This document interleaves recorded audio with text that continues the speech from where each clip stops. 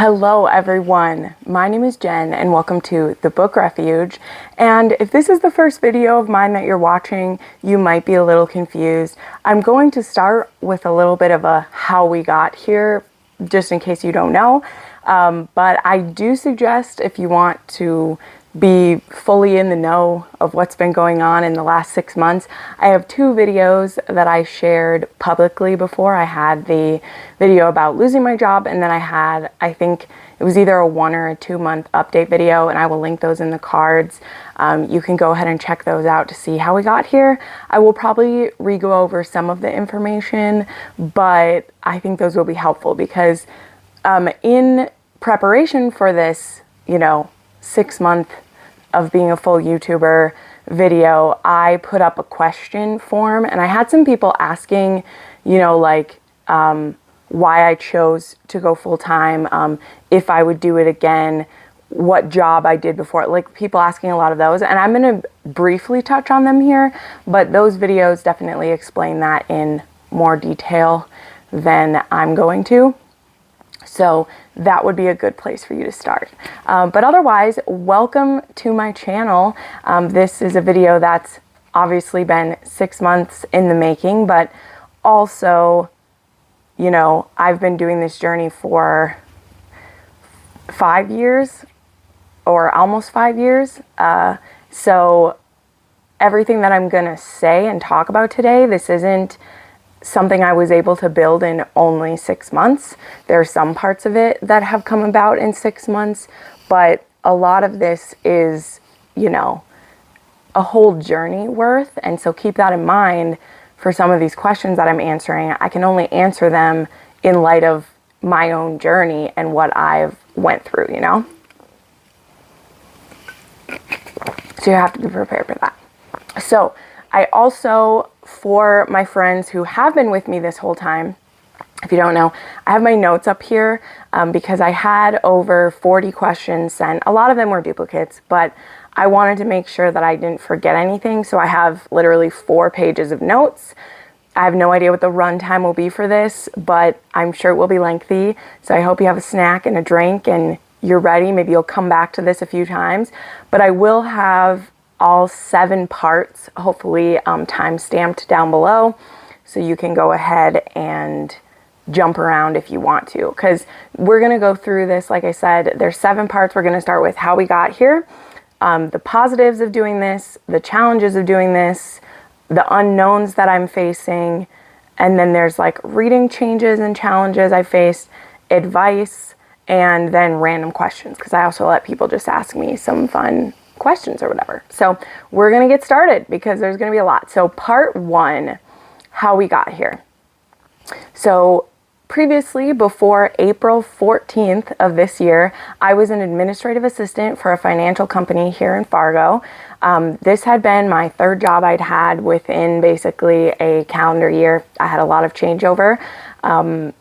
Before that, I was working as an executive assistant for a small business. This was for an older gentleman. I was literally working out of his basement. It was a job finally where I got to leave my house, which at the time was pretty important to me because, like all of us, COVID can be very difficult on your mental health. I did go from working in my house to working with one person, like in his basement, but it still was getting me out of it. And I worked there for 6 months trying to help him go through a transition period. And at the end of that transition period, he decided that he was going to retire. He'd already retired 2 other times in his life. But anyway, it was a great transition job for me because before that, I'd worked at Microsoft. If you go back in my content, I was working at Microsoft when I started here. Microsoft has one of its main offices is in Fargo, and it was a great opportunity to have for a young woman. And I was making, I'm not saying a lot of money, but I was pretty well off. And as a lot of millennials, we should have been wiser with our money when we have it, I think would be the way to put that, right? Because we never know when it's going to change. I don't think that I was reckless, but I also think that I was a young 20-year-old living my life. But anyway, so that's the backtracking. I worked at Microsoft for almost 5 years.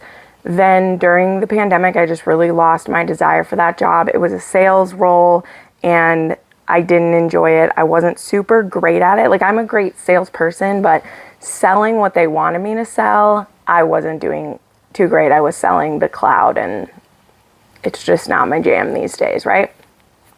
So then I moved to being an executive assistant, which was a pay loss, like it was a pay loss. And then when that job ended, I of course was able to get a glowing reference from who I worked for, because I mean, he loved me. I was a comfort to him as his business was slowly dying. He just didn't have a good business plan for the, 21st century, or, it's true. And then I was working for this financial company, and they got rid of my position. There was no reason given other than, we're terminating your role. Here's your severance package, 6 weeks of it. We will give you a glowing reference. If we ever have the opportunity to work with you again, we would. Like, that kind of role ending, like, just, it was over. And I had no warning. I was given the severance package and an NDA, and I walked out the door, and it was the day before Easter weekend, and I was just stunned. Like, I'm a planner. I like to be prepared. I'd already went through 2 changes. I felt like this was a job I could have long term. It was an 8 to 5 that was, easy is the word. If you saw my videos from that time, I was still able to listen to books when I was at work. I was doing scheduling, and I was doing errands for the boss, because I was his personal assistant / I was the secretary for this small business too. So there was always something to do, but also it was, data entry or menial work, and not menial as in demeaning. It didn't take up a lot of my brain space, but I liked doing it. So when I lost that job, I had some options. I had that 6 weeks of severance. I took out a little money from my 401k, which we'll get into that when we talk about money later on, but just laying the groundwork. And I went home to my family for the weekend. I went and stayed with my sister and brother-in-law because I just needed to get out of my head. But the grieving process went pretty quickly, because I was like, you know what? I have 2 options. I can start looking for another job right away. There are jobs everywhere. There really are. Even in a tough economy, there are jobs everywhere.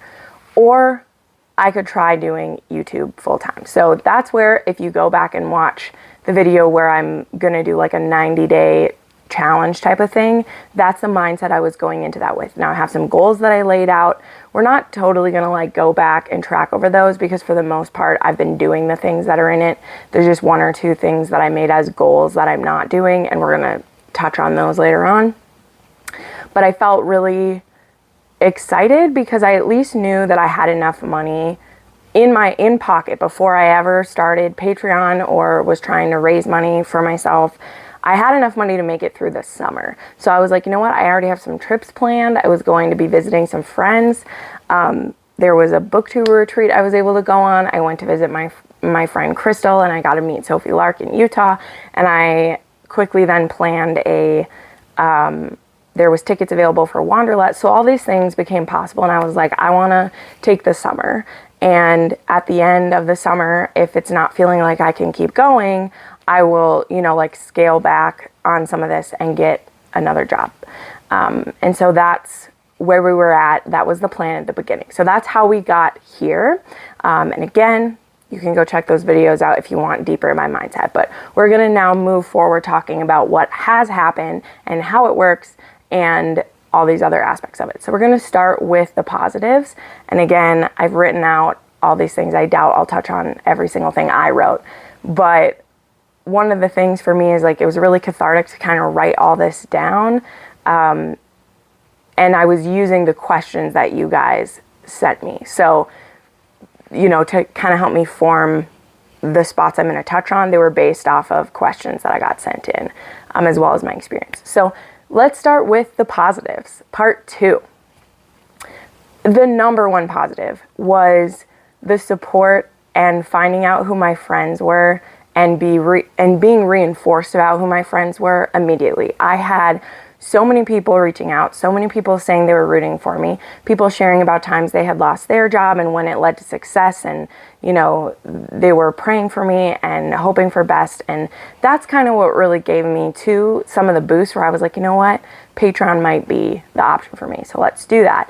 I especially want to shout out Crystal, Jessin, Tiffany, Tara, Bree, Juliet, Sophie, Jessica, Samantha, Ava, and there's so many more. Like, those are just people that I had more maybe in-depth conversations with in those first few weeks, and people giving advice, and also just being there to listen to me, because it was a very stressful time. And so the positives were absolutely having the support. And when I made my announcement that I was going to do a Patreon, the amount of my supporters and followers who were like, I don't know what I'll be able to give, but I'm going to give something. I also had people sending me a bunch of books, which was so sweet. Something I always suggest to people as soon as they have any kind of platform or social media is like, start an Amazon wish list, because people want to help, and they might not be able to monthly help you, but they want you to know that they thought of you, and they'll want to send you a book, or they'll want to send you, I had someone from there send me a season of Outlander, because they were like, I know you love Outlander, here's the newest season of it. And those things are just so sweet, and they make you feel supported, because one of the things we'll talk about is I've had to cut back on a lot of my like extras, which, when I had a full-time job at Microsoft, part of the reason I don't have as much money saved as I should have been as a woman in my 20s was that I was paying all my bills and I was buying the fun stuff. They say that's something about us millennials, that we don't do great at preparing for the future. And that's definitely true. That's definitely true. I could have been set up better than I have been if I made those choices, but we're still on the positives. So people showing love, people sending support, people sending gifts, people just reaching out and wanting to encourage me was the single best part.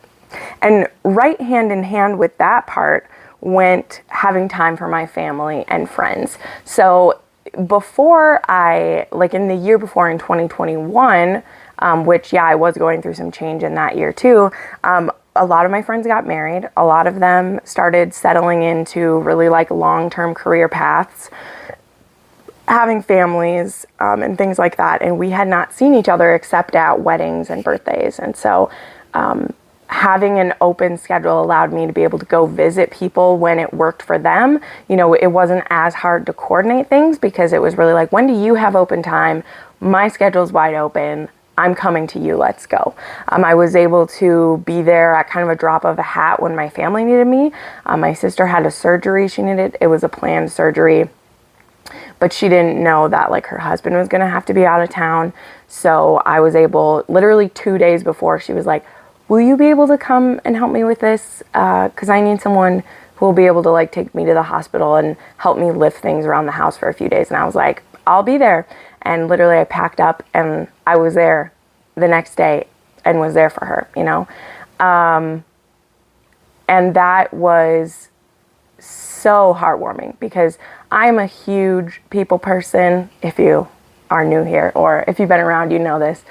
And to be able to show my love with quality time and be able to support with that was amazing. So being able to do that, being able to take trips, which again, some of these were planned before I lost my job, and thankfully were already paid for ahead of time, which was good. But I got to go to Georgia for the Romance Booktuber retreat, which is one of my highlights of the year. It was amazing. I can't wait to do that again with friends. It was such a blessing to get to meet so many people in person. I went to Utah for the second time to spend time with my big sis, Crystal, and meet Sophie Lark for the first time. I went to Duluth to visit my best friend. I was able to be back home whenever I wanted to. And then just recently, I went to Wanderlust with friends again, and that was also amazing. So yeah, these were just so many things I was able to do because I now have an open schedule, quote unquote, because we'll get into that as well. The next positive for me was the creativity and freedom that I had.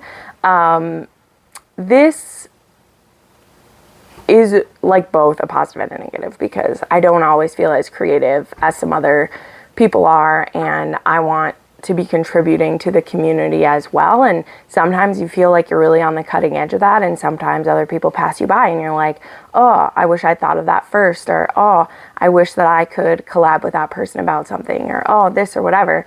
But you still have the power as someone who's making videos and doing that with yourself to, you know, test things out. Like, there's things I've tried that absolutely failed. Like, just recently, I did a video that I was so excited and I was sure was just going to do so well.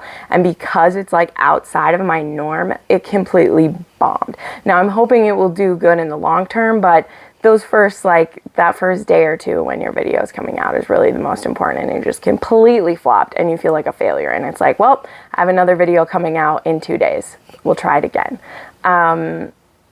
So yeah, just really being able to do that.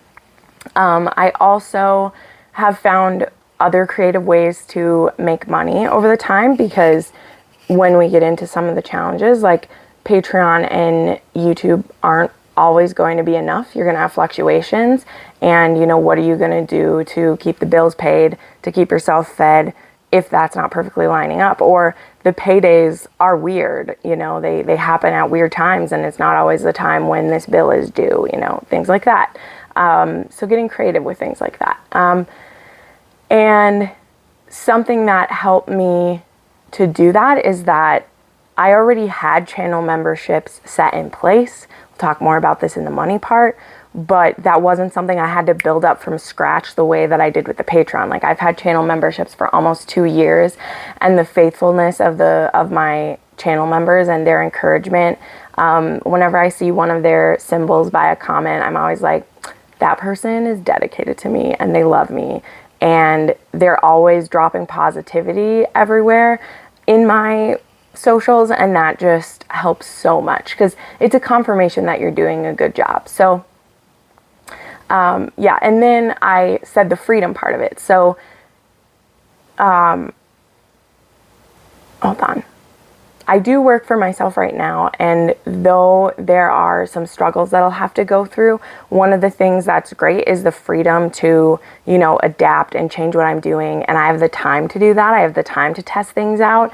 You know, when I was working full-time, which I had been for, you know, forever, I had very limited like film time, especially in the winter. I would need to get my filming done on the weekends, and if I wanted to do stuff with my friends, I would need to get up early and get all my filming done and editing by a certain time.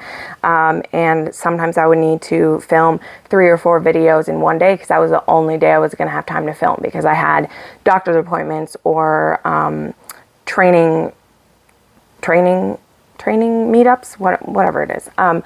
Or other obligations, and so everything would need to get done on Saturdays or Sundays, and that could be a lot. Now, I was reading all the time, like I was always in that way generating new ideas and content, because each new book I read, I'm hoping it's going to be the next 6-star book, or I'm hoping it's going to give me ideas. And that's kind of the thing, is that as a reviewer of books who also reads a heavy volume of books, I never really run out of ideas in that way, and I've created a few different ways to make sure that I always have something to say and always something to film.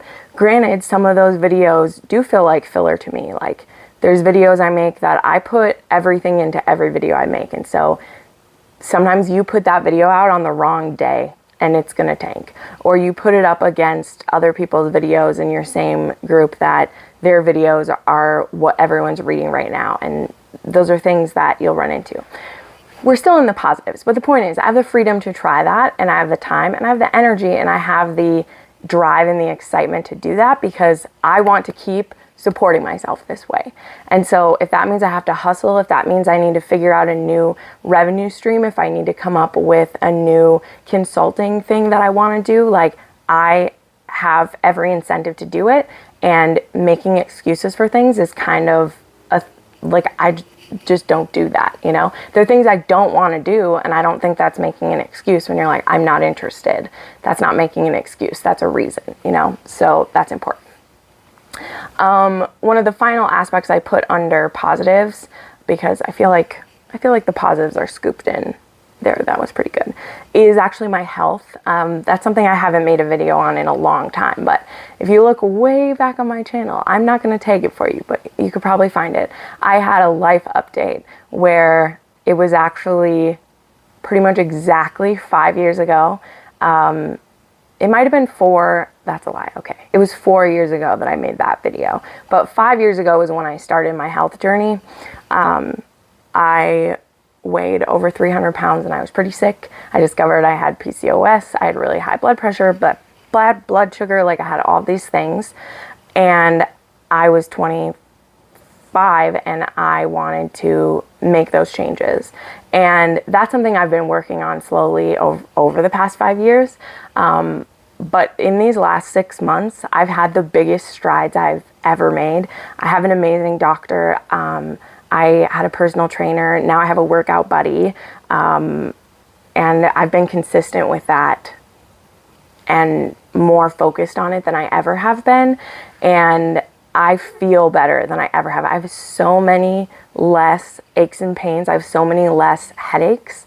I would get migraines and headaches, and a lot of it had to do with my blood sugar and my like energy levels and the food that I was eating. And I've just made so many better choices when I don't have the excuse of like, oh, I'm just gonna pick something up on the way home from work. I eat so much less fast food. I don't necessarily eat like a health nut, and there's nothing wrong with being a health nut, that's not a diss, but I'm saying I still eat junk food. But the choices that I've made and the plan I have with my doctor and the consistency I've been able to put into it now has led me to new goals that I never expected to hit. If that's a separate video that people would like, I definitely could. I mean, again, it's been 4 years since I made a video, so we definitely could talk about my health journey, but I won't drag this down. I'm putting it in a positive. I don't know if you guys can tell, but I bet you'll even be able to tell with the videos I put in the card of what I looked like 6 months ago. I mean, I feel so good. I feel so good, and that's the most important part. Like, I'm not trying to go for a certain look. I'm trying to go for a certain health. I'm trying to go for a certain, like, again, no headaches or migraines or aches and pains or my stomach feeling sick. And that's been amazing. Like, I went home to visit for my uncle's birthday, and every person there was like, you look healthy. It isn't just people saying you look thin. Like, they were like, you look healthy and happy. And I'm like, heck yes, I am. So that's been a positive. And that's not only because I'm self-employed now, but a big part of it is because I've put time into it, and I've been able to have more of a meal plan and scheduled eating and than I have before, and I'm pretty proud of that. Okay, we're gonna go into part 3, the challenges, which I've obviously already touched on a couple of those, but I'm gonna be honest about everything because that's what you guys love about me. And of course, most of the questions everyone asked fit into this part of it about the challenges. Some people are like, what is your favorite parts and what was challenging? You know, a lot of variations on that question, which I understand, which is why we're making this update. I want to be clear before I get into the nitty-gritty of this. I think you need to make your own decision if this is right or wrong for you. Like, I had people saying, like, do you think other people should make the jump? Or do you think this is right for me? Of course, these are anonymous questions, so I don't know who asked me. But them being like, I'm nervous to do it. Are you able to support yourself? How's it going? So we're going to get into that. We're going to talk vaguely about numbers. I'm not going to go down to the dollar with stuff, but we'll vaguely talk about what I thought my goal was and how I think I was very much wrong about how much money I thought I would need to live, because I'm pretty sure in one of the videos, like, I actually named the numbers. So we're going to talk about why I was wrong about that and kind of where we're getting into it. So the challenges, of course, money is the ongoing challenge. And like, struggle is a fair enough word. Like, I had my severance and some that I took out of my 401k, and I used quite a bit of the 401k to kind of pay down on some of the things that were going to be immediate bills. I paid ahead on a couple of things so that I wouldn't have to worry about them. You know, I definitely have credit card debt, and some that I'm trying to manage. I'm not at a place where I can start paying down on that, you know, like that's really what going over these numbers I hope shows. Like, am I able to subsist month to month and all those things? Yes. Am I happy with how it is? Not necessarily. Like, I have a goal that now that I know the hard facts, I think that I need to almost double for this to be like a long term and to be able to pay down debt and to start being able to save something, you know, like this isn't the beginning, but we'll just jump into that too. Like, but think about it. I started a new business, and I started a new business probably not in a smart place because it wasn't something I was prepared for. It wasn't something I had saved up for. I just kind of had to start it from the ground up in, you know, within 3 weeks I had the Patreon going and was trying to make a go of it, you know, whereas I know some people's businesses probably start on the fly, and a lot of people's businesses do start out of desperation or out of need. So that's nothing new. But are often those businesses profitable within the first 6 months? No. So I don't take that as a detriment, but it's a challenge because if the bills need to get paid, I need to find a way to pay them, you know, and I ain't quite at the point where I need to turn to the world's oldest profession, but you know, entertainment is pretty close to the world's oldest profession. I would say so. To some of my family who know what I do, they maybe think I've turned to the world's oldest profession. But anyway, so money is the ongoing struggle. I think that the YouTube algorithm has been so frustrating. And one of the things that was hard, I knew that YouTube was only going to make up about a third of what my income was. And the first month that I was full-time, of course, like it did really well. There was a lot of people watching my stuff. There was people curious about what was going to be happening. And so my YouTube revenue and my YouTube memberships really went up a lot compared to previous months. You know, I had a spike in members, a spike in subscribers, because people are excited for you and they also want to watch. People are curious. You're a little bit of a circus act to them. And again, not in a bad way. I think circuses are entertaining for what they do. So, you know, I have my numbers in front of me. Like, I had a pretty big jump in a lot of things, and I had a pretty decent size jump in my YouTube revenue because of that. But then there was two things that happened. One, May was still good, like it went up. And again, nothing was like bad, but there have been some changes in the YouTube algorithm, and I was already like going through some of those in January. I've watched quite a few videos about creators outside of YouTube, outside of Booktube and Romance Booktube, and they noticed this too. This was not just me like failing at what I was doing. But a lot of it had to do with Amazon's pushing people towards shorts. They're pushing you to use your story. They're rewarding people who do that. However, like viewers don't love that. So there would be, channels who they are pushing towards shorts and making those things happen.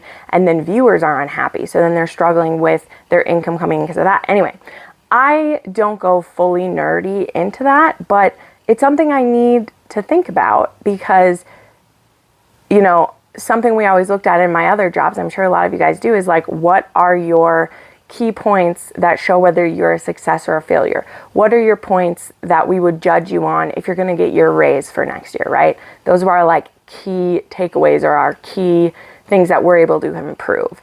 And with YouTube, it's not quite the same as like, when I was in sales, they would come up with these formulas where they're like, if you made 50 interactions with customers this day, you will come away with 5 sales. That would be the average. Let's say it was 10%.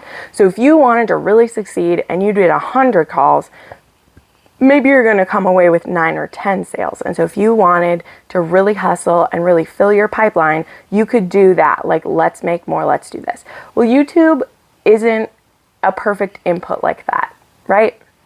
Because you can make more content, you can do more things, but if it's not pushing you to people, if it's not finding someone to watch your stuff, all you're doing is overexpending yourself and you're not getting anything back. So fighting against YouTube is difficult. And that's part of the reason why I wanted a much bigger following before I was going to go full time. And that's one of the questions people ask. We'll get to that one. But this wasn't something I planned to do. I'm trying to make it work, and, you know, am making it work with what I have, not what I had planned to do. You know, YouTube was honestly my, like, once it was able to start paying rent, I was thrilled. And that only started happening near the end of last year, okay? So I've only been monetized for a little over 2 years. I literally think it was the beginning of 2020 that I got monetized. I didn't even get a check. Like, I wasn't able to even take any home for 3 months after that, you know, because you don't cash out till you make $100 in a month. So, you know, this is not something that had been building up, you know. Anyway, so that's definitely a struggle. The parts of the money. Okay, so that's the overview of, like, I mostly was ranting on YouTube. The things that helped. Memberships are a third of what my YouTube income is. So the memberships, if you don't know, memberships are something I actually, like, do suggest once you know, I think I started mine when I had around like 5,000. I've seen people starting with less or more, because there's something you can start to offer for people who are big fans, which is a pretty low commitment. You know, a lot of me and my friends who have them, they have tiers that are at like $2, $3, $5. And, you know, you can offer like a book club, or you can offer private videos. The big things that I offer, I have 4 different tiers. If I could do things differently, I'd probably have 2 tiers. I would have like a low tier and then like the high tier. But at this point, like, I'm not going to get rid of tiers that I have, but I can see what tiers people are signed up for. And most people are signed up for the highest tier, because there's only like $1 difference between each of my tiers. And then there are people who are signed up for the lowest tier just because they're like, we want to like tip you every month, basically. It's kind of like a tip. And the things that I offer is early access to my videos, polls that I do about like which video I should film and dedicate to my members. And then I offer a monthly live chat just with me. And there are a lot of people who don't even come to those. They just want to support you at the highest level, but they don't need any benefit of it. And there are a lot of people who are like that, you know. And I have viewers all over the world who support me through my channel memberships, because YouTube makes it pretty easy for them to be subscribed, but they don't want to do the other behind the scene things. Like, they don't care about it.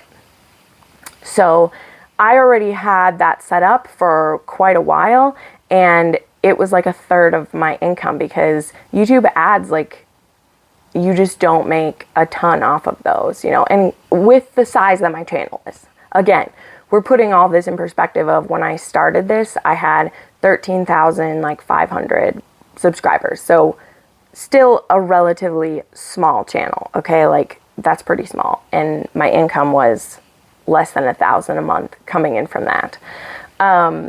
So I knew that if I wanted to do this full time, I needed to start a Patreon. So this is the thing that I was pretty nervous to do. I didn't know whether I'd fall on my face. If I didn't get a good foundation when I started the Patreon, when I had that opening day and I had a party where everyone who joined or came to the party, they entered a raffle, and I like gave away some books and we chatted. I sold all of my high tier memberships within like 10 minutes, and that was really cool. But I knew if I didn't get a good, consistent thing coming in from Patreon, that there really wasn't a chance that I had to make this go. So that's where we get into what goals I set up for Patreon and how I think that I underestimated that. So I originally made, like, here was my cute little thing that I made here. I made 4 tiers for my Patreon. I had the romantic tip jar, which is the $3. They get their name in the credits and a shout out when they first sign up. The swooning for you level, which is where I actually have it here because I'm about to film it. They vote on an exclusive book for me to read, which means the review for this book is only available to my patrons. I don't review it anywhere else. And then I make a video, and then I actually raffle this book off to the people who comment on the video. So like, I annotated this book. When I annotate a book, it's like you're reading it with me. I'm not necessarily analyzing the text. I'm not critiquing the text usually. I'm reading it and being like, ooh, that was sexy, or ooh, I really like this scene, or all that scene made me cry, like things like that. And I'll do a review for it. So people at the $7 level get that.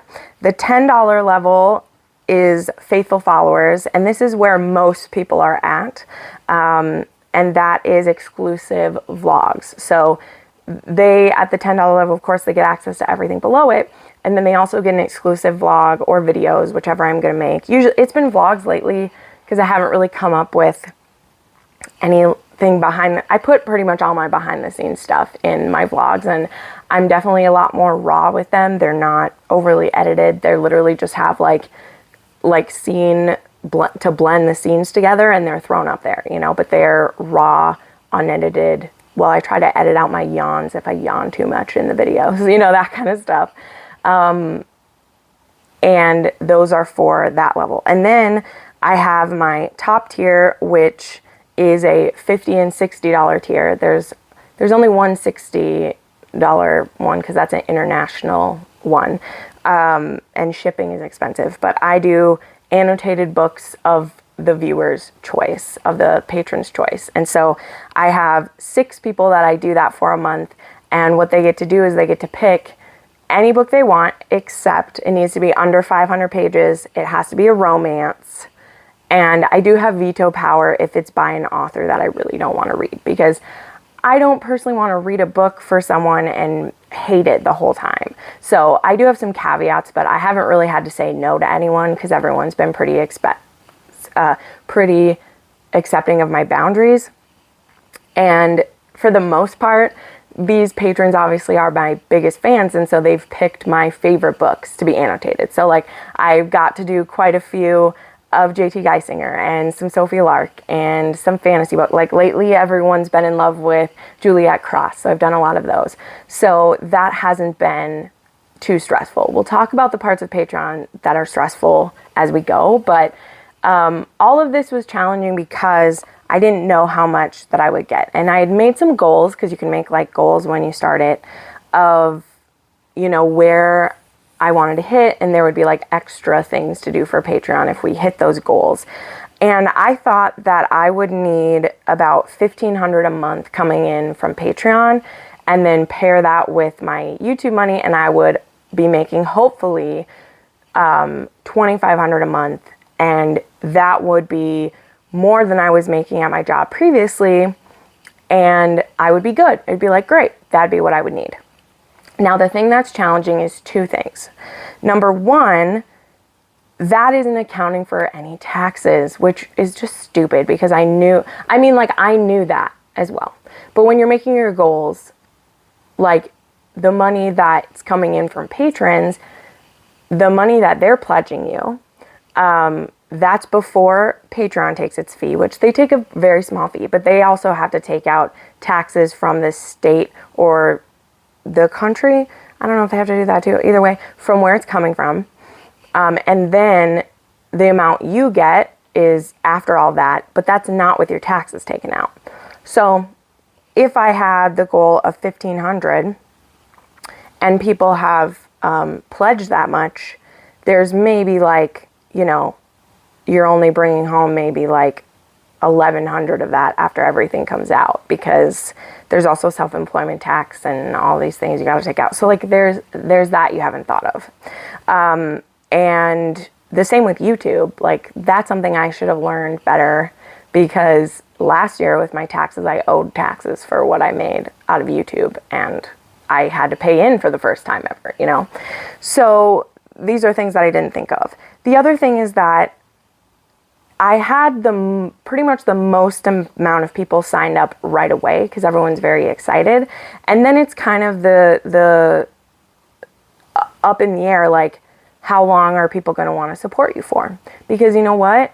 It's a privilege to be supported by your viewers. It's a privilege, and like there's no other way to say it, and an honor that people love what you do enough to monthly support you to do it. Okay, like speaking as someone who is trying to make her living on her own, I know what it means for me to commit $10 a month to someone, you know, like choosing to do that when you don't have extra cash to give, that is an honor, right? So first off, I absolutely feel that way.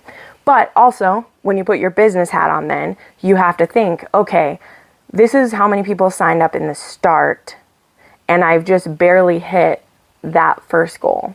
And then the months go on and things change. People have to drop out. People come back. People decide they're not getting what they want from you. People move or they lose their job and they can't keep doing that. And so what are you doing to make up the difference? Now, my hope was that Patreon would be a big part of my income, but then YouTube would grow. You know, like I'm getting more subscribers all the time. I've gained quite a few subscribers in the last 2 months. You know, I hit 15K. I'm almost at 16K. But again, I had the trouble with the algorithm, and the algorithm has been punishing lately. Like it has been like same type of videos that used to garner me like so many views are not reaching the people. And I don't know what that is. Also, the trends people go through, like the romance world is ever evolving and what people are interested in. And so that's the part where like you have to kind of guess what people are liking. You know, what are the other booktubers putting out that's doing well, you know?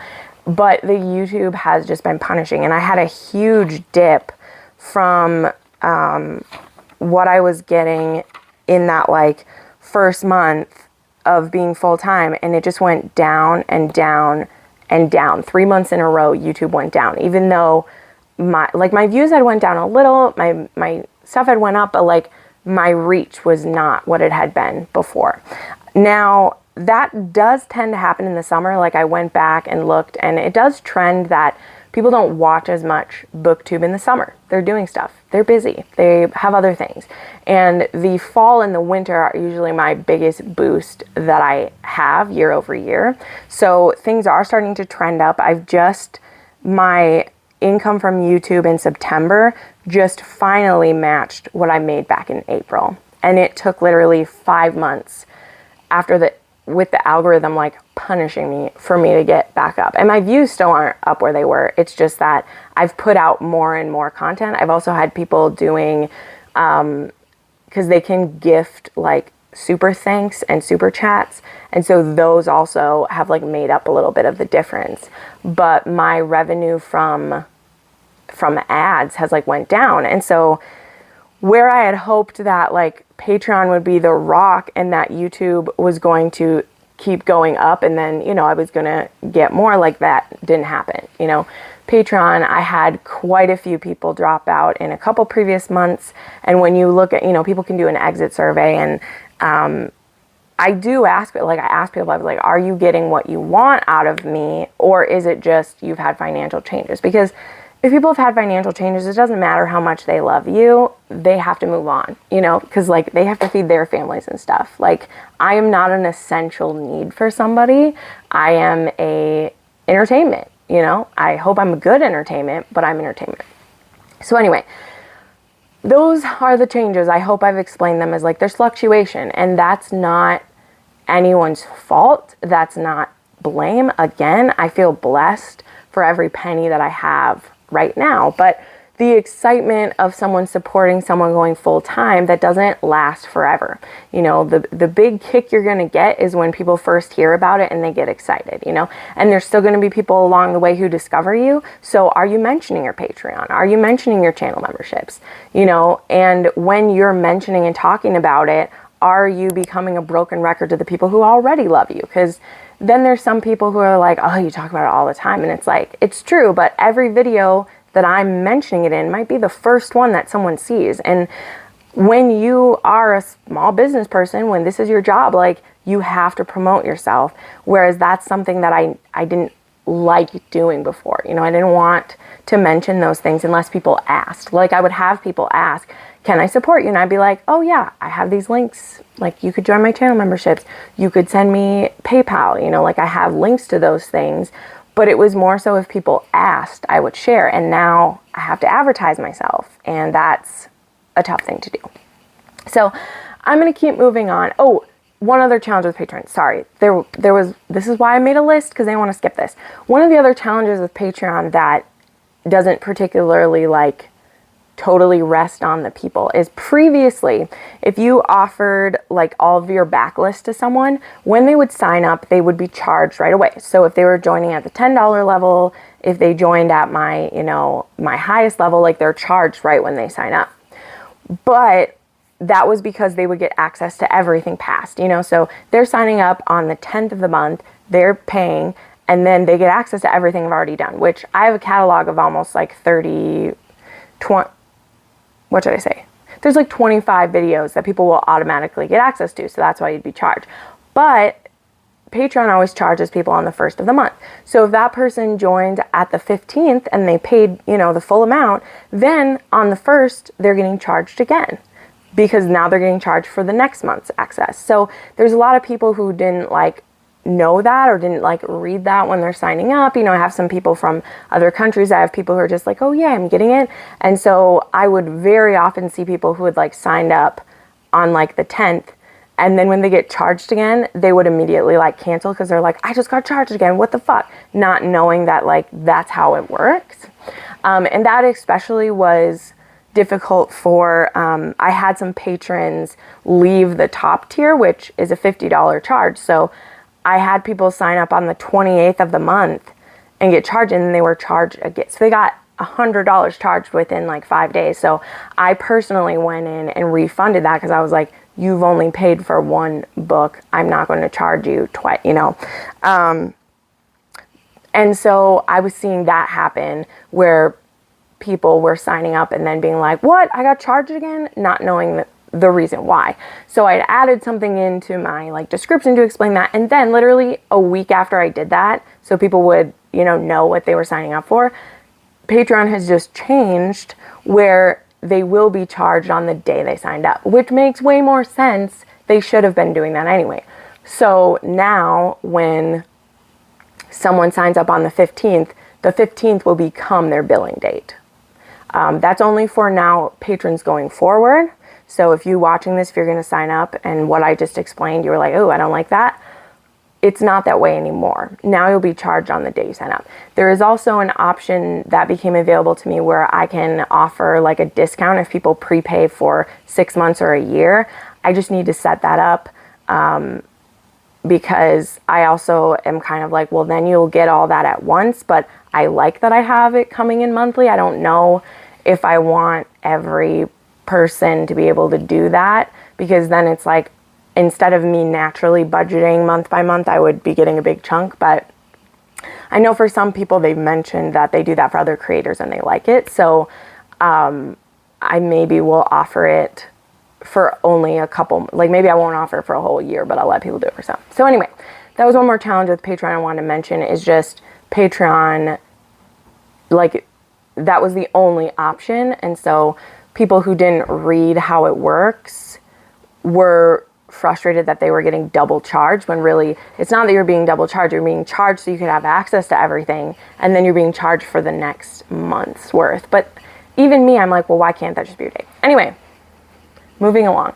Okay, so other things I had to do. So also because of then not fully making enough money for everything and still wanting to do fun things, I've shared this in some videos, my sister and I, it was actually right when I started my health journey. My sister turned 30 and we went to Universal Studios in Florida. I realized I need to specify which one I mean. We went to Universal in Florida, and I was pretty unhealthy when we did that, but I still had a great time. It was very tough on my body. It's tough on anyone's body. My friends who are fit and fun, they just went a month ago and they were dying. But my sister and I went to Universal, and we want to go for my 30th birthday, which is in March. And I was like, I don't have the capital to prepay for this trip, but I want to go. I also want to go to Book Bonanza, which I didn't get tickets for Book Bonanza. I'm on the list. Probably won't get in, which honestly is okay with me. I think I might try again for the next year, but I wanted some money to be able to do these trips. And so I started reselling some of my books. I started an account on Mercari, and I started reselling older books or books that I don't plan to keep. These are books that I had bought and read and then don't want to read again. And I've made a good amount of money on Mercari, and all that money has went towards my fun stuff, which makes sense because it's like my book fund is like funding more books. That's how I look at it. You know, like I went to Wanderlust and I bought $400 worth of books from new authors that I haven't read before, and I used my, you know, reselling for that. But there are a couple times where I've had to use Mercari to pay a bill too. I needed it to supplement. So that's kind of where I mean, like, I do have enough coming in from Patreon and YouTube to pay my like bare essentials, you know, my rent, my insurance, both my car insurance and health insurance, you know, my food, all those things. But I don't have money really for extras. And obviously I love the extras. I'm a booktuber. I like the extras. So I've had to do that. I've had to supplement where I can. Also, I'm really nervous about taxes. There is someone in town I'm going to try to meet with, so I don't need everyone to point that out. There is a small accounting firm that works with small businesses, but I know that I haven't been taking my taxes out, because that's the thing. I know I'm going to need to pay that tax bill, but I also haven't had, like, I don't want to say the luxury, but I haven't felt that I could take the taxes out and still be able to live, you know? So I'm nervous about that. But one of the things I did do is I did recently sign up for an LLC, which is called JFM Media LLC. I paid for it and signed up. And I have been keeping track of my expenses. I've kept track of everything I've spent, everything that's come in. But I don't have a separate like business account. And I don't have those things. So I'm hoping that this accountant will be able to give me some advice and help me out what's going to be best. But from the research I've done, you know, technically I will count as a startup business, and you can get a tax credit for the first year. And then next year, also meeting with this accountant, I want to set up quarterly interest payments so that I don't have one big motherfucker to deal with, you know, like a lot of us. So that is something that is challenging for me and is something that wakes me up in hot sweats. And we'll get to that. This video is so long, we got to keep going. So someone did also ask me about, do you worry about healthcare? I do have healthcare. I pay for my insurance. A job I previously had, the one where I worked for the small business owner, I bought my own insurance, and he gave me he paid like half of it. Like I got a credit for it. So I already knew how much my state health insurance cost. And my state health insurance covers the medicines that I really need, because I am on, I have diabetes, so I'm on metformin, I'm on blood pressure, and my birth control, and then I have some other health medicines that I need to take, and my state insurance pays a good portion of that. So with that health insurance, though, I mostly just have, you know, catastrophic insurance. So if something really bad happens, it helps. So there's that. I mean, there is the risk of injury or something more than that, but I have a basic healthcare plan, and I'm able to afford that with everything. So I do have healthcare and insurance. I wouldn't go about without having it. So even though I have a pretty basic level of it, we're good. Okay, so now we're going into part 4. I need to take a drink in between each one. And we're almost an hour in. We're at the unknowns. And I think we're good because I did kind of touch on a lot of these, but some of these unknowns fit in with questions you guys specifically asked, so I want to touch on them. The first one was, would you have done this if you didn't have to? And do I think that others should do this? Like I had like 3 or 4 people ask, like, would you encourage other people to do that? So what I said is, would I have done this if I didn't have to? And the answer is no. I would have eventually, hopefully done it. But as I'd said in like previous Q&A videos before I ever was in this position, my goal to myself was I would do it when I hit 50K. I would also do a library tour when I hit 50K. People really want that.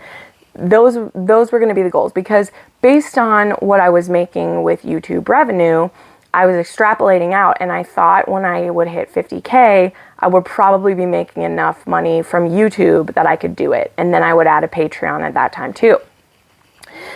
But I wouldn't have done it with 13K, you know, so I want to be honest here. There's no way I would have done it if I hadn't have lost my job, and I didn't want to look for another one. Again, it was going to be the 3rd job that I needed to look for within a year.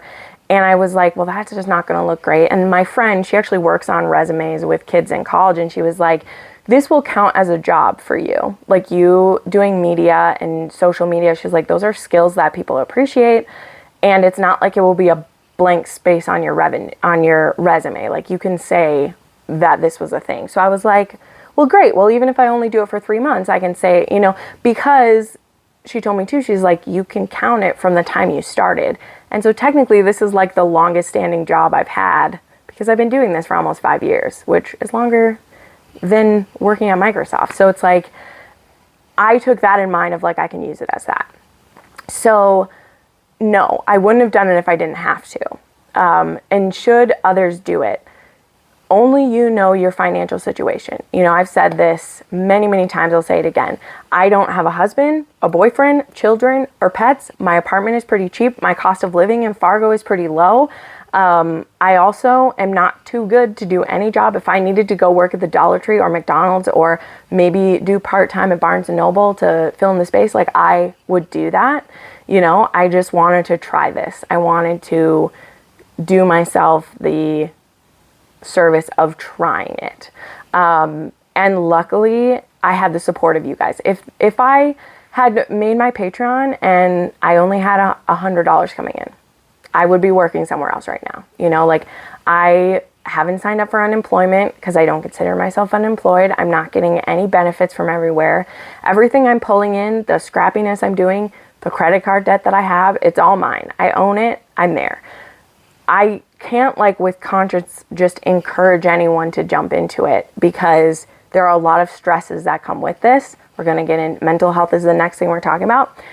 But you have to know where you're at. Like, I was very honest about my finances from the beginning and now, of like what I was making and why I thought I could do it. And I think that honestly encouraged people to support me, because I wasn't just like, oh, I'll see what people give me. Like, I was like, these are my goals. This is what I think I need. Part of making this video is I'm like, I need more, you know, like I need to find a way to supplement that. Like, is it going to be consulting somehow? Am I going to take on like paid like beta reading? Am I going to fit in, you know, consulting without, like, what am I going to do to fill that space, right? Because I'm not going to have books to sell forever. You know, I'm not going to sell my favorite thing. You know, I'm like, I'm not going to be able to supplement with selling some of my collection forever, you know, and that's for like a fun money, you know? So if YouTube's going to keep strangling my views, and I'm going to try different things, and I need to try to make shorts, I need to get more into TikTok, I need to cross promote more, because that's what you do in a regular company when you're trying to do that. And if you don't want to take on that challenge, if you don't want to take on the uncertainty, if you're not willing to pivot and change and be willing to say you were wrong about a certain move you made, like, I don't encourage you to do it. You know, I have been stressed about things, and things have been hard, but I also always had like a backup plan. But the backup plan is I go back to work, you know, I find a job, I fix up my resume, and I go for it, you know? So that is the backup plan. It's not just sticking my head in the sand and being like, I'm going to do this or die. Like, no, I'm only 29. If this is just a phase where I did this, cool. If this was just an experiment, cool. And that's what helped me, I think, be able to kind of just dive into it, is I was like, I don't have anything to lose. I've already lost my job. It's not that I quit my job and dived in, right? So that's why I put it out, is like, I wouldn't have done it if I didn't have to. I was nervous about quitting a job and doing it. I have friends who have 3-4 times my following who they wouldn't quit their job. They make good ass money. They have good benefits. They have retirement plans. They're not just going to quit no matter how successful your channel is. Like, that's a risky thing. Like, what is your future far off? You know, like that is very uncertain at this point. I don't have a retirement plan. I have taken money out of the little retirement plan I had to make a go of it, right?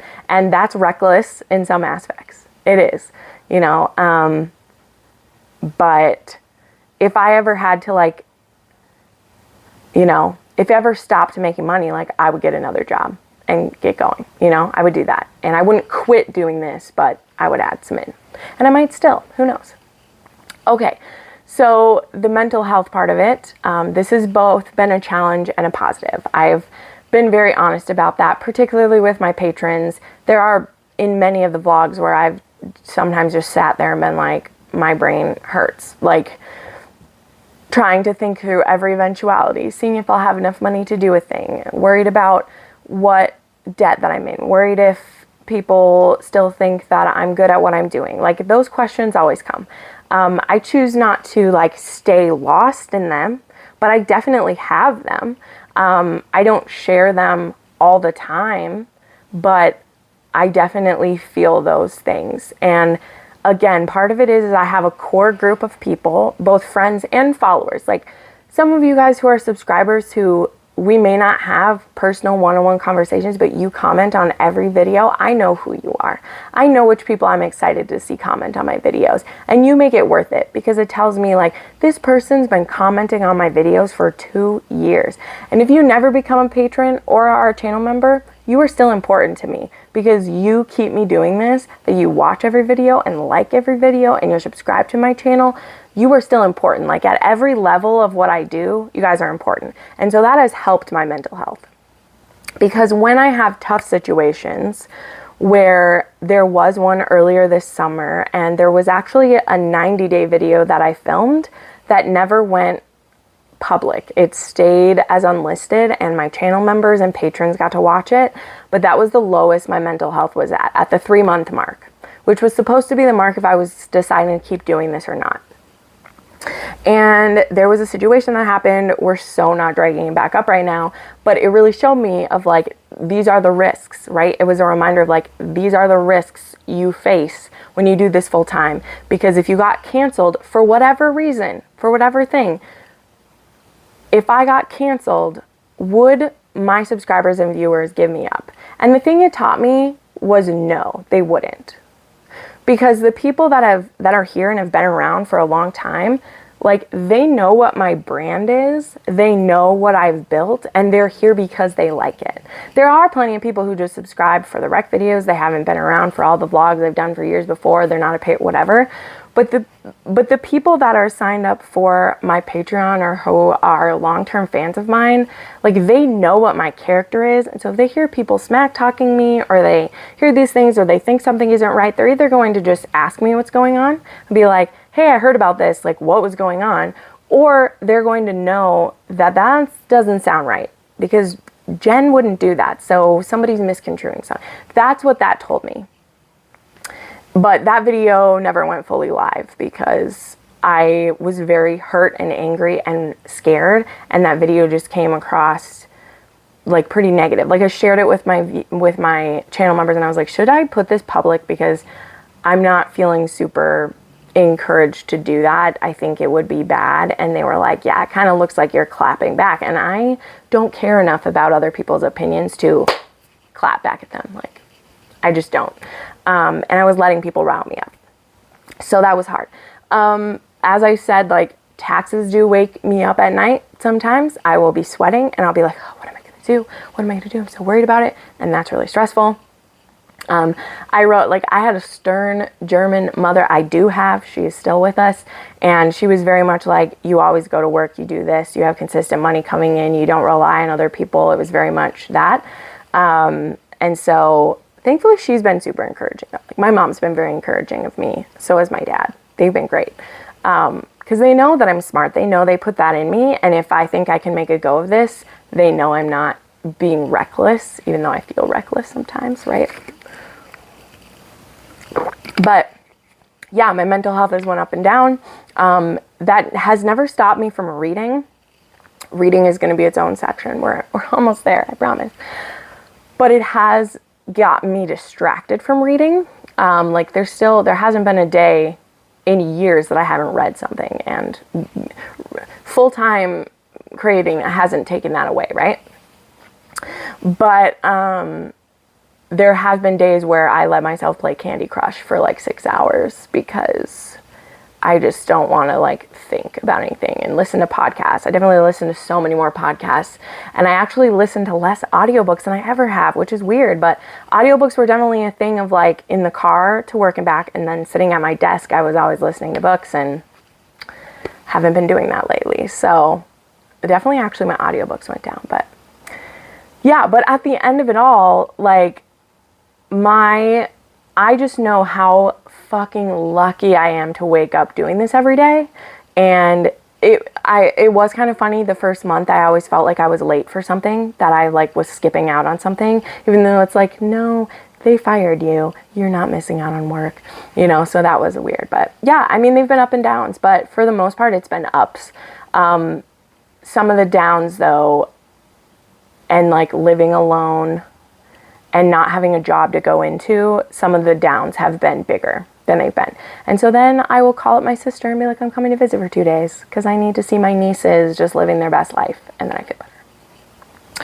The final part of the unknowns is, will I do this long term? And I said this, I want to keep doing this long term for sure. Really, the sky's the limit. I do hope to, like I said, maybe add in some consulting services. I don't know what people would want from me or what I would want to do and be good at, but I want to figure that out because I see other, you know, booktubers who've done that, and people who are able to kind of supplement with that. So that is something that I might be interested in. But for me, it's like, I'm going to keep doing this no matter what. Like, I'm going to do YouTube no matter what. And I hope I'll be able to keep earning enough money to do it full time, but we'll see. We'll see, because currently the way it is, I am depending on people's generosity to do it, you know? And again, I hope I've made it clear. I don't take that for granted. It's just a fact. Like, I'm depending on people's generosity to do this. And so adding in consulting services and getting my YouTube built up and back to where it's making it, that will help ease that burden a little bit. And I need to figure out plans to do that. So that's something in the picture for it. Okay, part 5. And we're over an hour. I'm sorry, but we knew this was going to be a long one. So, but that's okay. We'll be able to wrap this up quick. I have a lot written down, but it fits into this. Part 5, I had so many people. Like, out of the 60 questions, 10 of them were, if I missed reading for fun, if scheduled reading has taken the fun out of reading, if I really struggle with having a TBR, like all these things. Again, there was like 10 questions about like, have you lost the joy of reading, or all these things. Now, to split it into 2, as I've said, there are 7 books that are assigned to me by patrons every month. There's the one that is the group pick, and then there are 6 books that are picked by patrons. So far, except for 2 books, those have all been books I've read before, the ones picked by patrons individually. So that didn't make me lose the joy of reading. They literally picked books that I love, no big deal. I have read more arcs than I've ever read. Those have actually been a struggle. I'm like, oh, I have time, I'll take all these books on. Making sure that I still hold up to my commitments, the things that I say yes to. That is where the reading can feel a little constrictive sometimes. Because for my patrons, I have a whole month to get through them. September was a month I struggled with a lot. I wasn't slumping, I just was not wanting to read the ones that I had to read, even though they were books that I loved. So I did struggle getting through the last few patron books. But again, they're books I'd already read. It's not that I didn't want to read the book, I just wasn't in the mood. And the thing is, I hadn't been in the mood the whole month. So we're down to the last few days. We're like, Jen, you need to get these done, and you're not in the mood for it. And so then it feels a little bit like work. But I've never lost the joy of reading. I still DNF books and say no. When I do the monthly picks, like people suggest like 10 to 15 books, and then I pick 6 of them that I'd be willing to read that people vote on. So I do take some of the control of that. I don't just put every book that people recommend into the poll. You know, like I have veto power that's in the patron. I say, if you suggest a book that is by one of my no authors, or it's a topic I don't want, like, I'll ask you to pick a different one. And that hasn't been a problem at all. I did get myself in a little bit of trouble saying yes to too many big books though. Cause like, again, I have the cap of 500 pages. And there was one month where like everyone picked fantasy, and they were all like at 500 or just a little bit over. And I'd be like, oh, it's okay, it's 530 pages. Well, if 5 of the people have picked books that are 540 pages and I say yes, well, now I added like 200 pages onto my monthly amount, you know? So that's a thing of me just being a people pleaser and also being excited about it, you know? So those are limits I need to have. But I have always had a TBR, and sometimes I stick closer to it than others, but doing this full time hasn't affected that. I have read less a little bit than I thought I would, which I've said that in videos that I definitely let other things take up more time than I did before. Because before, you know, when I worked 5 days a week, I got a lot of reading done when I was at work. Like I said, I could listen to a book pretty much all the time because I wouldn't have to make a ton of phone calls every day and someone come in and I'm doing office stuff and I'm listening to a book all day and nobody cared. And then I also could like read at my desk. Like I read Manacled on my phone at my desk and I read a ton of it just like sitting at my desk, you know. And now when I'm at home, there are things I'm finding to do. You know, I'm planning videos, I'm filming videos, editing videos. And so I do end up working like 5 to 6 hours a day. And then, like I said, I listen to podcasts. There'll be errands that I'm running and I'm not getting as much reading done as I did. Like I'm still reading at nights mostly. And so that's something I want to be better about, is being like, the reading is part of your work, Jen. Like you literally can be like, you're being paid to do these. It's okay for me to be like, I'm reading today, you know. And I have done that more. Like at the beginning of October, the first couple days, I was like, I'm not planning any videos or doing anything. Like I already have stuff pre-filmed, ready to go. Like we're just doing it. So that hasn't been a challenge. Reading hasn't changed much besides, I mean, yeah, people are picking books for me, but I already had book clubs. Like I'm doing book clubs with people. Well, a couple. There's SJM along and my book club with Crystal, and I've been a part of a couple people's book clubs. And then the books that people pick, but for the most part, I'm still setting my TBR and I still have time to mood read. Like a TBR of mine might have 30, 35 books on it, but I read between 40 and 60 books a month. So I'm still able to mood read. It's just a matter of like fitting my mood, like still making sure I read the stuff when I need to read it and then mood reading in between those. So that has not changed. I haven't lost the love of it. I haven't felt constrained more than just like, okay, Jen, get this done. So I don't know. It's been good. Part 6, I had 3 different questions that kind of fit into advice. So we'll do those pretty quickly. Someone asked, has there been any videos, projects, or books that have given you a gain in followers? So I tried to look at the algorithms for this. So the biggest boost in subscribers that I had in the sense I've done this was when I announced that I was going full time. Like honestly, I had a huge boost. But that, like, I don't recommend you go full time just to get a boost in that, you know. For me, it's the same things it's always been. It's the things that I always say when people ask how to grow.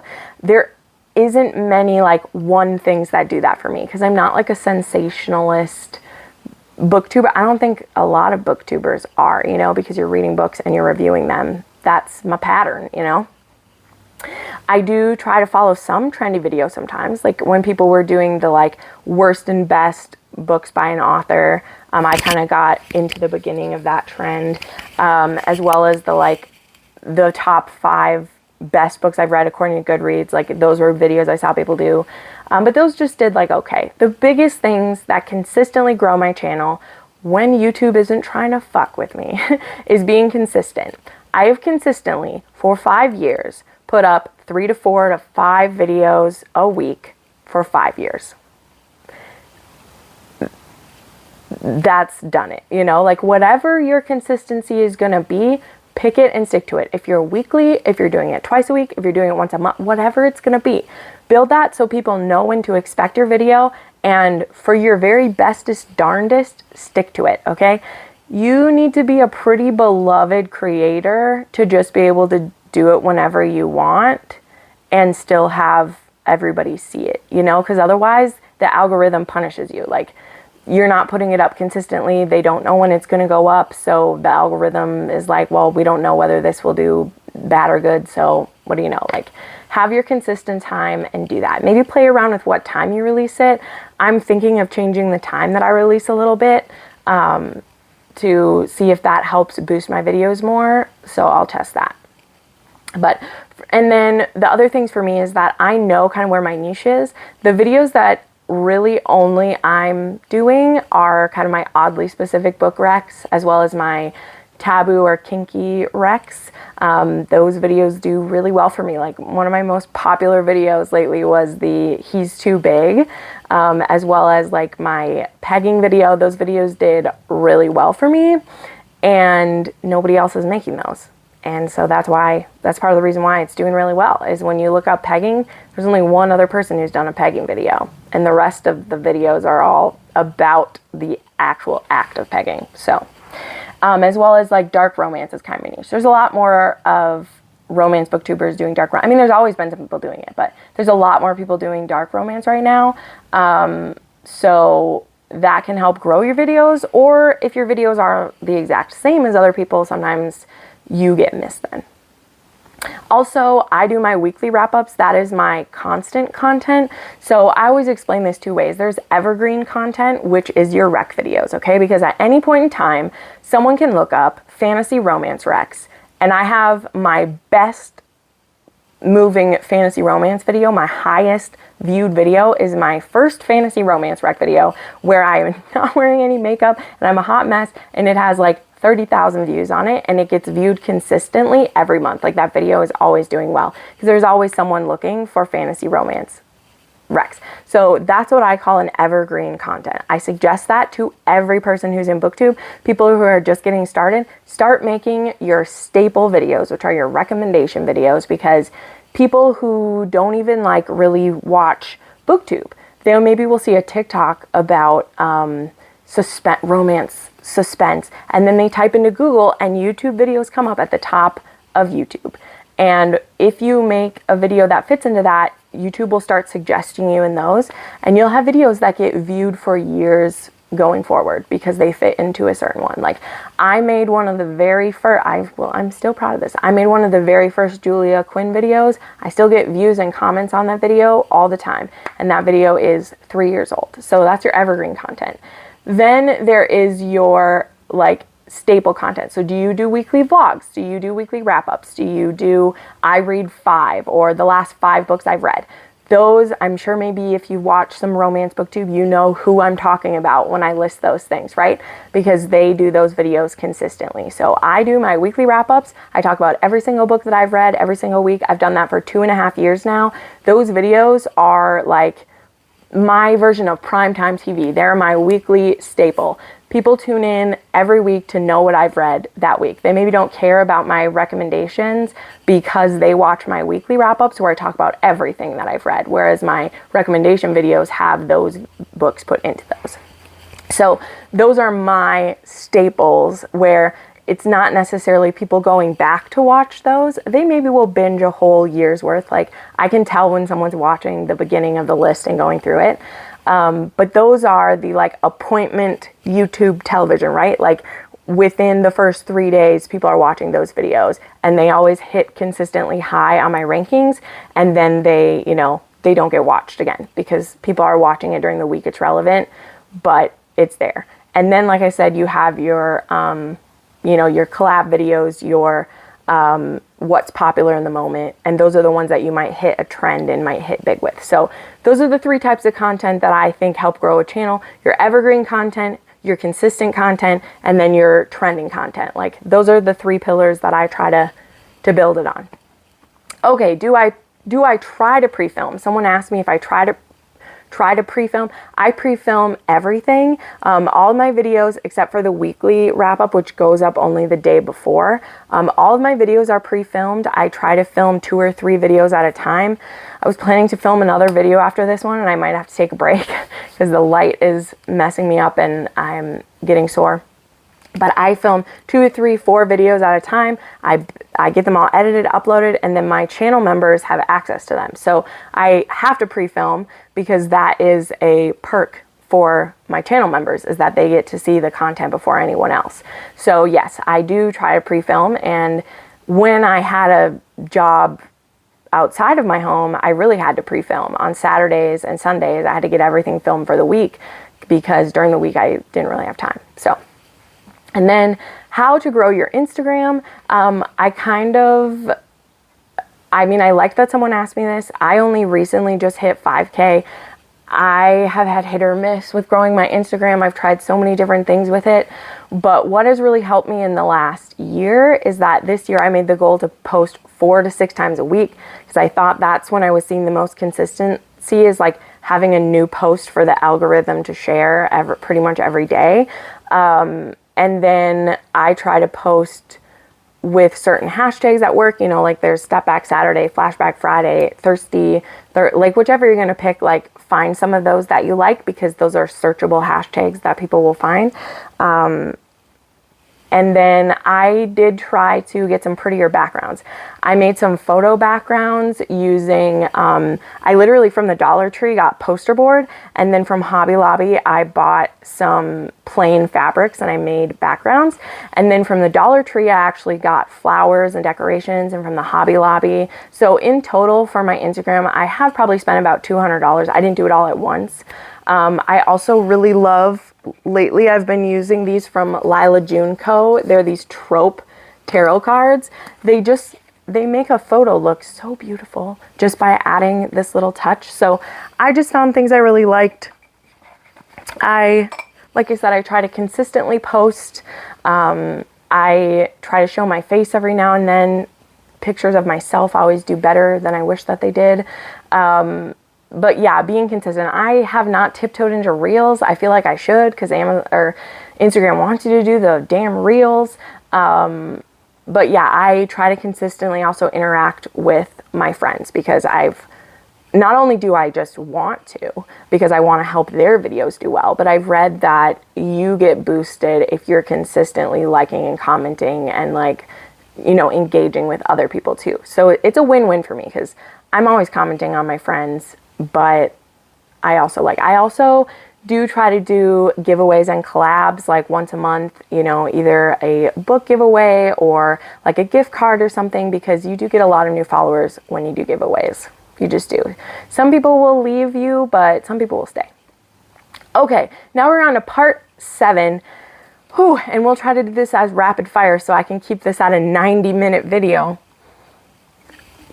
All right, and this one was random questions. So we're going to rapid fire these ones. Do you ever think about leaving Fargo? No, I love it here. As I said, cost of living is pretty low, and I'm within 2 hours of most of my family, and I have quite a few friends who live here. Like, I actually moved here because I had friends here. Do you still plan on self-publishing?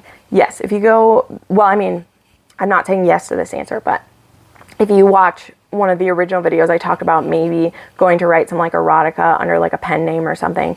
I am like torn about if I want to do that, because I really don't want to take time away from reading and my work that I do to do that. And I think that I would really need to focus in on it to do any good with it. And I also just like, I tried a little bit right at the beginning and I just don't feel the inspiration or like want to do it. So for now, I'm going to leave that to my friends. But if I ever do something, it will probably get shared with my patrons before anywhere else, because I will probably pick a pen name and like not tell people about it. So, but I haven't yet, and I don't know. Best plot twist this year. So I actually picked 2. It's a tie for me between A House of Sky and Breath, If You Know, You Know, by Sarah J. Maas, and Manacled, because there are some serious plot twists in that fanfic, and I loved it. What trope have I experienced in real life? So I haven't been in any romantic relationships. I know, I'm a 29-year-old virgin who likes really smutty books and things, and I don't have any real life experience. But I have up close and personal seen 2 tropes in real life, and you'll know why I have soft spots for them. If you've been around at all, you'll know my parents are a second chance romance. My parents had a very tumultuous marriage for most of my life. They got divorced when I was 19 after I moved out of the house, and then my parents got remarried 18 years later, or 18 years. No, 18 months later, my parents got remarried. I got to be my mom's maid of honor that time, and I got to sign their marriage license the second time around, which was really beautiful.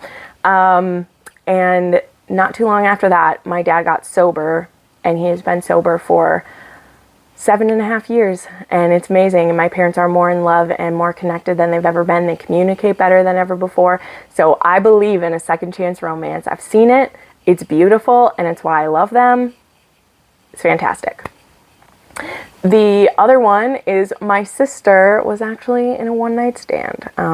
When she was like 18, she had a one-night stand with my brother-in-law, and she told me, it took her a long time actually ever to tell me her like love story, because she was a little, you know, she was like, don't tell everyone this happened.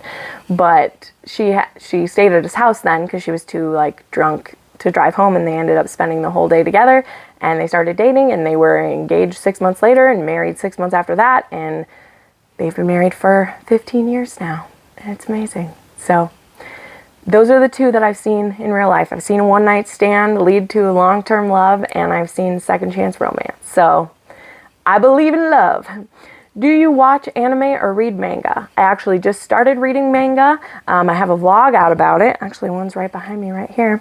That is one of the videos actually that bombed pretty bad. People were not interested in me reading romance manga. I have not started watching any anime yet. Is there a book you thought you'd hate but you actually loved? So this one was tough because I don't usually try a book that I actually think I'll hate.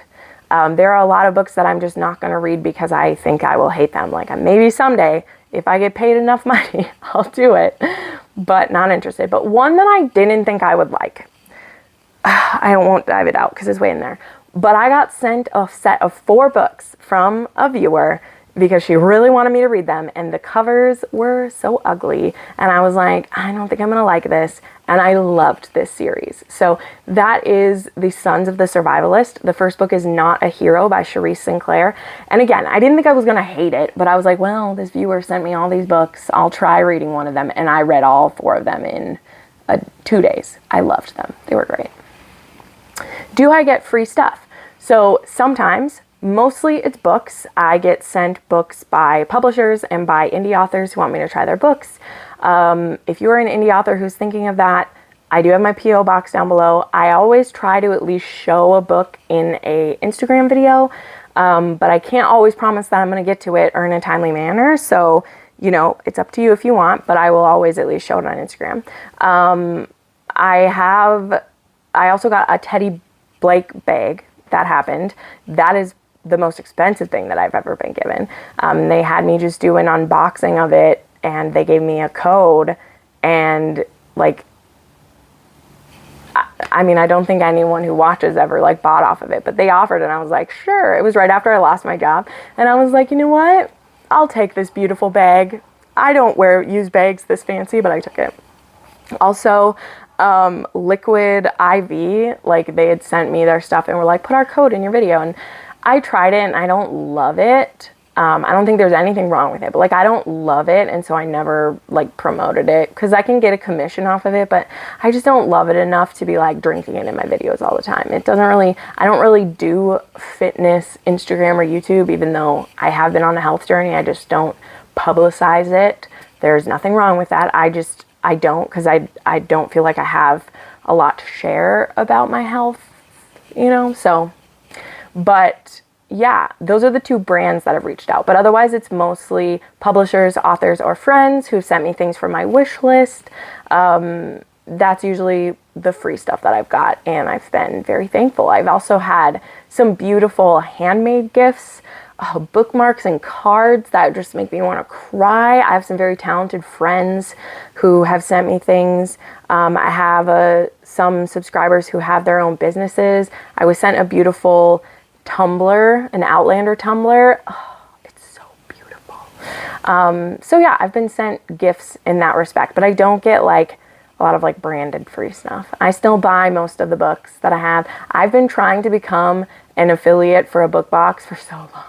That's part of the reason I tried to up my Instagram, is because I want that. Do you ever take note of book talk drama like Willow Winters or Kate Stewart? I don't really take note of it. Like I see it happen because I am on TikTok periodically. I'm trying to post more consistently, but it's just not my strong suit, you know? So I try. But it hasn't really affected me yet. So sometimes I end up chatting with my friends about it, and like, that's fun, that's cool. But I don't really get into it too much because I find that like my viewers here don't really care about that stuff. They care about the books that I'm reading. And so we talk about it. Usually we talk about tea in my members videos. So my faded friend hangouts, we'll talk about tea, because I'll say what I'm really thinking on there, but I don't. There are a few authors that I don't read, but I don't really advertise it, because it's mostly because I don't like their books. And then if I hear they're a shitty person, I'm like, oh great, I don't have to read it. And the last question, which is always a good one to get asked because it makes me happy. And they say, how do I read so many books? And that was capitalized. And I mean, like any booktuber will say to you, or someone who reads a lot, I did not just start reading this many books. The very first year that I did this, I only read 170 books, which was still a lot. It definitely is. I was reading like 10 to 12 books a month. But it blew up in 2020 because I started reading audiobooks, which I will die by. I will go down with the ship of audiobooks. It quadrupled my reading because I could read while I was working. I would read in the car. Soon my reading speed went up because you do get comfortable eventually, and my reading speed went up. I also, like I said, I always have a book. I have a physical book. I have an ARC going on my Kindle. I have a book ready on my phone. I have an audiobook going, like I said. And so every place I'm going, I can be reading. You know, if I'm standing in line waiting to check out, I have an ARC I'm reading on my phone. In the car going home to visit, I have a book playing. When I'm at home, I'm annotating one of the books I need to annotate. I always have a book going, okay? I'm dedicated to this. I said before, I don't have a husband, a kid, or a pet. No one is distracting me from reading except myself. The months that I have lower reading, it's because I let myself get distracted, not because I couldn't. Also, my reading speed is faster now. That is something that happens. I can speed read, and I do often speed read, and it's because anything you do, a hobby or a sport, you get better the more that you do it. You eventually read faster. You just do. Something that really slowed down my reading, right? When I was reading manga for the first time, the change in how you look at the page, I was getting confused so much. I would have to each time look at the little diagram that's in each one of okay, go here, and then there, and there, because I would get confused. So that was funny. But all right, anyway, if you made it all the way through this video, big hearts for you. Thank you so much. I hope I was able to enlighten you. I hope my journey either encouraged you or made you think about some things. If you have further questions, please put them down below. I'll either do a follow-up video or I'll just answer them in the questions. If you would like to support me, here's my promo. I have links to my PayPal, my Ko-Fi if you want to send me money for a coffee, or if you want to check out my Patreon and see if it's something you're interested in. Those are all listed down below. Thank you so much for watching this, for supporting my channel. If you're just here for the odd curiosity, there you go. Here's the deep introspection of what's going on in my life, and I will see you next time.